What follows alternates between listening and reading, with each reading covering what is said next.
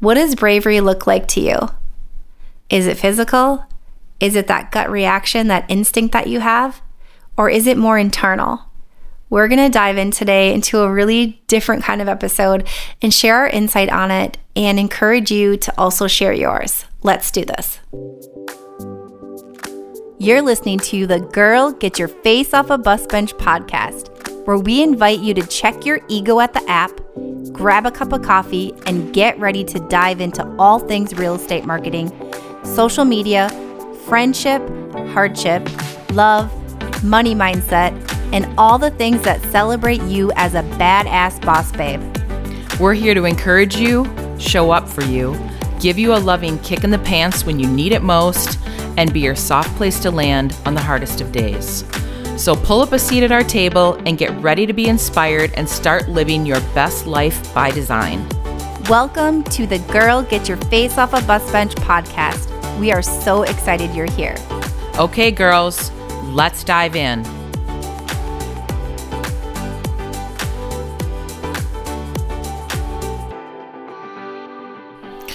Okay. Hi, Christy. Hi, Ba. How is Kaya doing in Montessori school? It has been a big adjustment. She's doing great, and she loves her teachers and her friends so much. It's been a big adjustment for me too, because the mom guilt is I'm a gut yes or no person. Yep. Sacral authority. What's up, Katrina, for helping me figure that out. But this, and I did that for this, and it's a yes. But the mom guilt that creeps in makes me feel like I have emotional authority. We're talking human design here.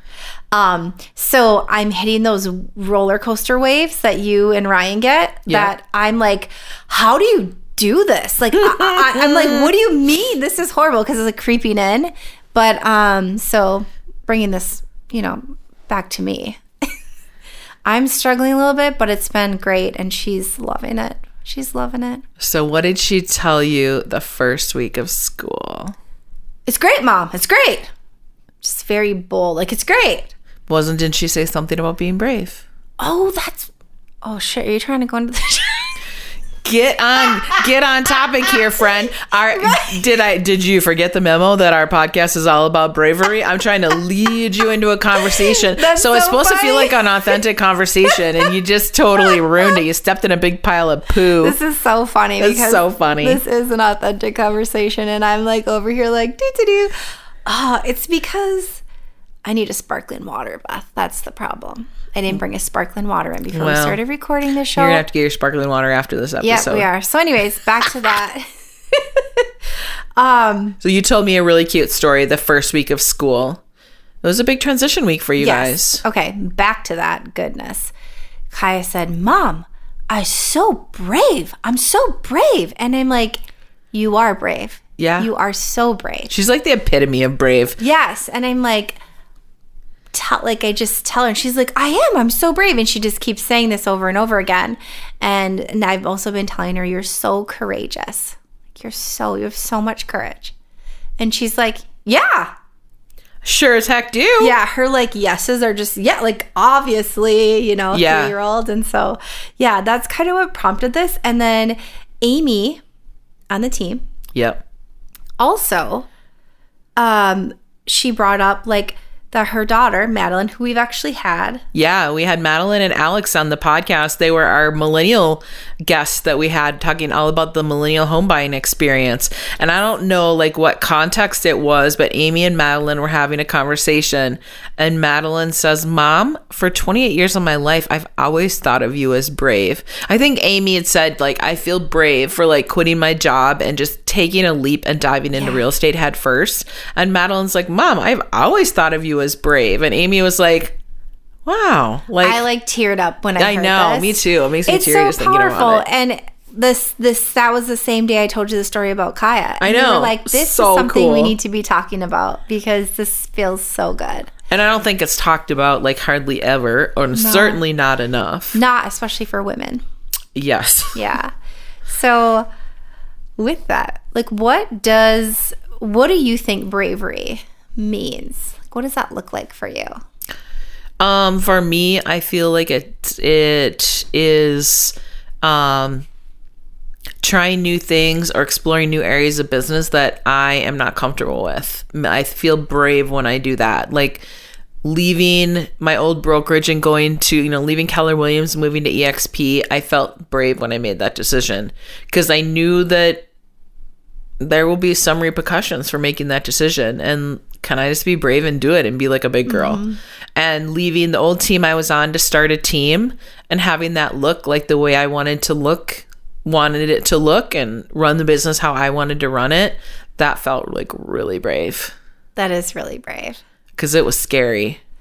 Yeah. I feel like anytime I'm doing something that I don't know what the exact outcome's going to be and I don't really know exactly what I'm doing, I feel like that, to me, that's bravery. I love it. What does that look like for you?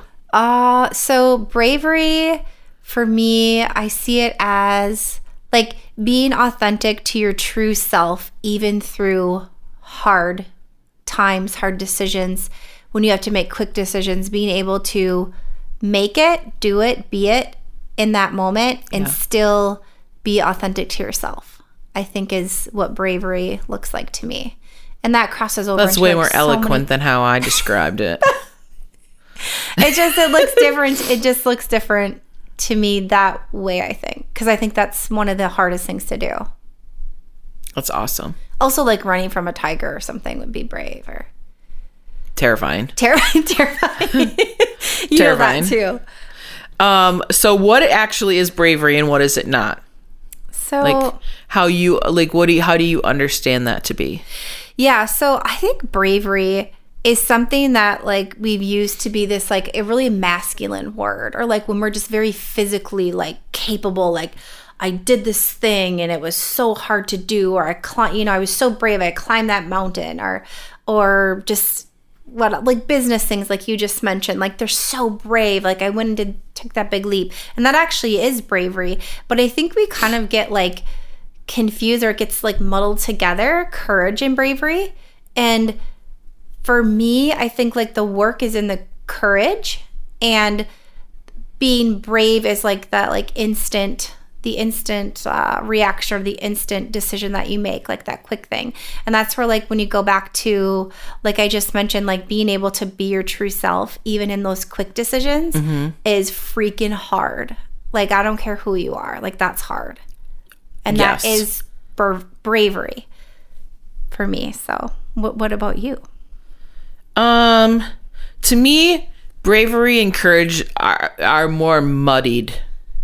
And I don't know why, but they just feel like they are. Because I do think a lot of it is, I would have never even thought about it in the way that you described it, where like being your true authentic self in a time when you have to make like a split decision.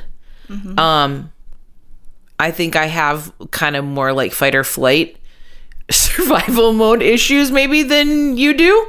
And I feel like making decisions that I don't know the outcome of I feel brave when I'm doing that, but it probably takes a lot more courage to actually take that leap.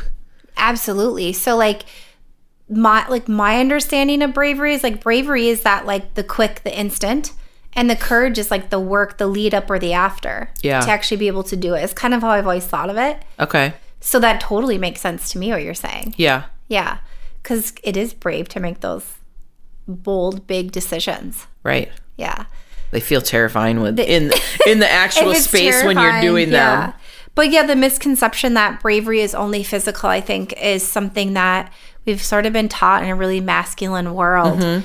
And the reality is bravery can be a way to suppress the courage or suppress like the work or the journey. If I was brave and now I don't have to think about it again. Where courage, what I understand courage to be is it's then the work or the showing up after, before, during. That feels like the harder part of it. Oh, yeah. Because sometimes just sometimes it's like a knee-jerk reaction. Like you're not even, and then you're like, oh, I was brave. And you're like, well, you didn't even try to be brave. Yeah. You just did that because the alternative was even scarier. So you just like made an impulse decision. It's like your instincts kick in. Your instincts and your gut kick in for that. And so it's like that instant quick reaction, your gut, like making that decision, which is so important. But it's really been like, that is like the hardest thing, that the masculine part of it, or like the physical part of it. And really the rest of it, that inner work from there is like, I think, the real courage, or the second part of being brave. For sure. Do you like doubt yourself when you're like making those kind of decisions? I don't think like those quick decisions you have time for doubt. Do you think? Like the big, brave, bold. But maybe that's where your sacral authority comes in. Yeah. Because I feel like I do second guess myself. And then I'm like, no, that was your decision to begin with. And it feels like a good one. But sometimes like I'll make the decision and then I'll second guess it the next day. And you're like, fuck. This is so funny. Ryan and I were just having, not funny that happens to you, but funny because we were having this conversation driving to your house today. Really? About not about bravery, but about that decision making. And I was like, about something unrelated to bravery, but him talking about a previous experience, and something that like we worked through as like a couple, and he had made a decision, and he, was 80%, which is where you emotional authority people, shout out to all of you, have to get to, like, made it from a good place, grounded, all the good stuff, and he still thinks about it. And I'm like, what do you mean you go back? He's like, well, yeah, because I go back and I like think about it, like, oh, maybe I shouldn't have. And I'm like, I like right now goosebumps, like anxiety. I'm like, what do you don't just make that, like, if you make it from the good place, right, that grounded place, you still want to go visit it? I'm like, I do all the time. Yeah. And like, oh my gosh, like, this for me is like, you got to be kidding me. Like, I can't even handle it. And we were actually, the reason I had brought it up to him was he had said that. And then I was like, this is what it feels like for me with Kai in school. I absolutely know it was the right decision. Like, I ran that through my sacral. I sat with it. Like, it was aligned. Everything was good there. Yet my mama guilt that kicks in, which we all have as moms, like, you know, if you're a mom, you know what I'm talking about here, kicks in, and it throws like emotion into the decision, and it puts me back there. Yeah. And that doesn't usually happen for me if I've made a decision from like a good place. So that part of it is maddening. I'm not, like, it's not good. And I don't enjoy that. So that's what, that's interesting. So now you know what Brian and I go through every day. And I'm like, do you like it? He's like, it's fine. I'm like, oh. Well, it's not that you like it or you don't like it. It's just how you're wired, and it's how you don't know any other way. So it's just how you operate. It's how you operate, and it works so beautifully for you. And I'm like thrown into panic mode. Like, I couldn't, but of course I can, because I'm not wired that way. But it makes me retrace like times in my life when I made decisions that felt like really big decisions, and like, what if I would have done this differently? It makes me think that. Interesting. Yeah. And not like in a not in a regretful sort of way, but in more of like the curiosity, like, what if I had taken another path? Like, I could have, I made A work really well, but I could have made B work. It may have been a harder path, but like I second guess that. Second guess, I guess, is not the right word, but I do that. I revisit it very frequently. It's so interesting that you would revisit that after you've made it from like that grounded place. Yep. Totally. So it's weird, but that's a little sidebar. So total sidebar. Total sidebar. Check out the episode about human design with Katrina Widener if you want to know more about what we're talking about with sacral authority. Oh, and emotional authority, right? Yes. Yeah. So like, this really makes me think about like so many Brene Brown quotes. We could like go on and on and on and say like all her courageous bravery quotes. You could go and read her books where she really dives in. Her books are really, truly incredible. She has a special, I think, is it on Netflix? I think so. It's fantastic. I highly recommend it. And she really shares all about like being brave. Yeah. And what that really looks like. Yeah. And that has really put different things into perspective for me with it, that the physical piece of it is a piece. Like, there are physical ways to be brave, but there's so much more to it than that. Yeah. For sure. I love her. So this makes me think back to Kaya again with the transition to Montessori school, and she meeting all new people, new teachers, and one of the teachers just like, she just got a little spooked one day, and it kind of like lingered, and she had to really, really work through those emotions and that. And for me, like, she was being so courageous because of like the steps she was taking, like to feel good. And like, she was so supported. And she said to me, like, Mom, I'm so brave. I'm so brave. And like that, again, like we had talked about when we started this episode, going back to that, is she like already understands what that means. And that's like a feeling, right? It goes back to that feeling. And she's only 3, which is so powerful. Yeah. And so if we go back to like our inner childs are where it's at. Like if you've done any therapy or inner work, you know, like that's where it's at. And that to me, again, shows that it's not just this physical thing. Like she knows working through something is brave and like it's courageous. And as she continues to work through that, like to be able to show her, well, that's where your courage is. Like you worked through that scary thing, that moment, you were brave in that moment. And as you go through, that's where your courage lies. So it's just really neat to see that like in real life with a 3-year-old. See it that she out. recognizes it in herself, and you guys are able to like coach her through what that looks like too. So probably for me, like having a child is maybe made it a little more like introspective and like less like bold and big and more like on the inside. It would make sense. How I view it a little differently now. Yeah. It's so cool. I cannot wait to see what she's like when she's 20. Oh. I'm like, if she stays like in touch with herself like she is now as a 3-year-old, watch out, Brene Brown. That's all I had to say. That's all I got to say about that. She's going to be going to Africa with you. She's already got the trip planned. Oh my gosh. Yeah, I love it. Well, like, how do you use like bravery and courage like when you're working through things in life that come up? Well, I think, you know, being fully aware like what's going on around you and still working through it is really like, again, like going back to that example of Kaya, or even what like Amy's daughter Madeline brought up, is you're doing the big brave thing and you're working through it. You're doing the work to like after it or before it. And I really think that once you're aware of what's going on after that initial reaction, that gut instincts, whatever it is, like you said, fight or flight, like that's being brave, right? Making that decision in that moment, knowing what's happening and still choosing to work through it is courage. So I love that. Yeah. And, you know, we talk about like, that's a muscle that just needs work. Yes. It doesn't always come naturally to people. Some people need to like exercise those muscles more than others. And like, how do you even do that? Like, how do you recommend someone does that? We should probably call Brene Brown for this. Like, I know, right? Brene Brown, what's up? Why isn't she on our podcast today? I don't know. I really think, you know, for us, just working through things in life and allowing yourself like the courage to be vulnerable, share your story, that all really is part of it, I think, as well. Like learning to allow yourself to be courageous and to actually work through it instead of just like forcing yourself to only be brave. Yeah. And I like how you worded that. Yeah, you don't have to just always make those quick decisions and then just forget about it or push it down. Like, now let's do the work and really move through it, I think, for us.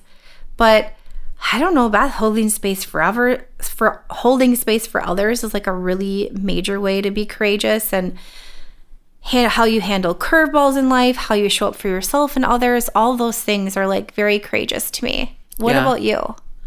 I feel like I handle curveballs in life pretty well. I feel like that is a lot of like what my early childhood was built on. And so I think I just learned that skill. And you're calm. I stay pretty calm in chaotic situations. I'm not usually the one freaking out. No. That's right, Ryan. Well, and like Mark, if he doesn't go into work mode, he gets kind of spun up on things. But a lot of times he'll go into work mode, and I feel like we work really well like that. Neither of us get too riled up about things. I think like a muscle that I've had to learn is maybe like holding space for others, like when they're going through courageous things. Like I feel like I'm a really good cheerleader for people, but maybe not always like seeing things from their vantage point, like when they're in the trenches of life. So like that's a muscle I had to work on. Yeah. That makes complete sense. Like to really work on that muscle. I love how you worded that. To work on that and to hold the space. It's super easy. It goes back to the toxic positivity, right? Like being the cheerleader it's pretty easy to be a cheerleader, or for most, it's a little bit easier than to hold space and actually like work through something with someone. Yeah. That takes courage on your part too to do that, which is... It's not always easy. No. So like sometimes it's easier to not do that. Mm-hmm. But if you really truly love someone and they're going through something and you want to be like that person for them, like, well, then you got to do the work too. You got to do the work. Build the muscle. Basically like building the muscle that makes us less impulsive and reactive. Yeah. I think. Really, really working on that. It just makes us more well-rounded, enjoyable people to be around. Let's be honest. Yeah. Right? Yeah. I think so. I don't know. I think so. I think so. We'd love to hear, like, what does this mean for you? Like, how do you view bravery versus courage? And what does that show up? How does that show up for you in your life? We would love to hear from you. This is kind of a different episode that we got this topic brought up to us twice and it was like a sign. So we would love to hear from you. Like, what does that look like? What does it mean? Hit us up on social. Let us know. Tag us in a post if it's, really resonates with you.